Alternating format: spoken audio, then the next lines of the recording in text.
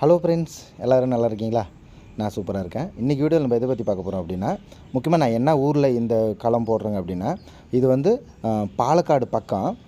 Palakkad border பக்கம் தான். பாலக்காடுலேருந்து ஒரு 20 கிலோமீட்ரு. இது வந்து ஏற்கனவே வந்து சட்டெல்லாம் போட்டுக்கிறாங்க பாருங்கள். கிட்டத்தட்ட ஒரு 90 அடி லென்த்து, 35 அடி அகலம். இது வந்து ஃபுல்லாக களம் வந்து இந்த பக்கம் கேரளா சைடு முக்கால்வாசி எல்லாருமே மேலே செட்டு போட்டுருவாங்க. காரணம் என்னென்னா, மழை அதிகமாக பெய்யும். அதனால் செட்டு போட்டு எனக்கு ஃபோட்டோ பிடிச்சி அனுப்பியிருந்தாங்க. நான் வந்து இது வந்து நீங்கள் ஜல்லிலாம் போட்டுக்கிறீங்க, இது ரோடு ரோலர் விட்டு நல்லா மெருகடிச்சிட்டு என்னை கூப்பிடுங்க அப்படின்னு நான் சொல்லியிருந்தேன். அதுக்கப்புறமா எனக்கு இதை ரெடி பண்ணிவிட்டு எனக்கு ஃபோட்டோ பிடிச்சி அனுப்புனாங்க. ஒரே டைமாக போய் இந்த காங்கிரீட் எல்லாம் போட்டு பண்ணி கொடுத்துட்டு வந்தேன்.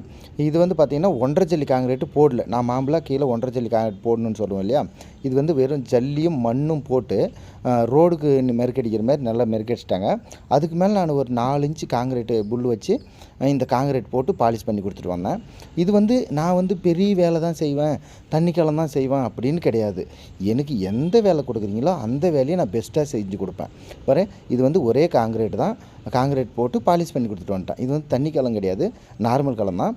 இதுவே க்ளீனாக புல் வச்சு எந்த பக்கம் எந்த பக்கம் வாட்டம் போகணும், எந்த பக்கம் நீங்கள் மிஷின் வைக்கிறீங்க, இதெல்லாம் அவங்கக்கிட்ட கேட்டு அதுக்கு எது கரெக்டோ அதை நான் பண்ணி கொடுத்துட்டு வந்துடுவேன் நீட்டாக.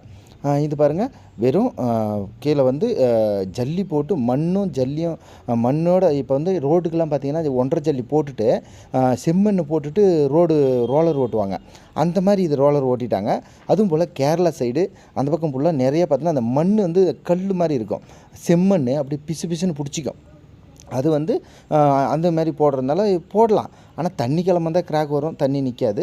நார்மல் கிழமை இருந்தால் இந்த மாதிரி கூட பண்ணலாம். கீழே வந்து நல்லா டைட்டாக ரோலர் விட்டு ஓட்டிட்டு அதுக்கு மேலே ஒரு 4 இன்ச்சு காங்கிரீட் போட்டு மிஷின் இந்த மாதிரி பாலிஷ் பண்ணிவிட்டுங்கன்னா உங்களுக்கு நல்ல நைஸ் வந்துடும். மிஷின் வந்து இந்த பாலிஷ் பண்ணுறது எதுக்காக அப்படின்னா, உங்களுக்கு வந்து கீழே கல் ஒட்டாது.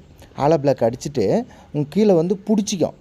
ரஃப்பாக இருந்துச்சுன்னா பிடிச்சிக்கும், நைஸாக இருந்துச்சுன்னா கல் தூக்கினா வந்துடும்.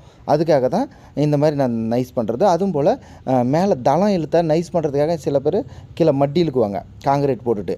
அந்த மட்டி இழுக்கிறது வந்து சில நாட்களில் உடஞ்சிரும். இந்த காங்கிரீட்டவே போட்டு தேய்க்கிறதுனால எந்த காலத்துக்கும் உடையாது. இது வந்து அவ்வளோ ஈஸியாக, நான் 4 இன்ச்சு காங்கிரீட்டும் சேர்ந்து உடஞ்சா தான் வரும், அது வரையும் வராது. இந்த மாதிரி தண்ணி அதிகமாக போட்டு நான் காங்கிரீட் போட்டு அது அப்படியே காய காய காய காய தேய்ச்சினே வர்றதுனால உங்களுக்கு ஃபினிஷிங் சூப்பராக இருக்கும். உங்களுக்கு அது வந்து நாங்களே காய வைக்கிறதுனால வெயிலில் காயாமல் இந்த மாதிரி நைட்டு ஃபுல்லாக ஓட்டிகிட்டே இருப்போம். நைட்டு கிட்டத்தட்ட பார்த்திங்கன்னா இது ஒரு 2-3 மணி ஆகிடுச்சு. உங்களுக்கு தேய்ச்சிட்டே இருக்கிறதுனால அப்படியே பாலிஷ் வந்துடும். நாங்கள் பார்த்து ஓட்டிகிட்டே இருப்போம்.